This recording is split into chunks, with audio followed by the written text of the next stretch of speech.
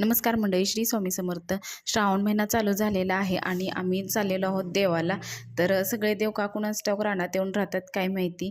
तर कडेची शेती बघत बघत आम्ही चाललेलो आहोत. कोणाच्या शेतीमध्ये काय लावलेलं आहे आणि पावसामुळे कोणाची शेती चांगली राहिलेली आहे, कोणाची वाहून गेलेली आहे, याच्यावरती चर्चा आमची चाललेली आहे.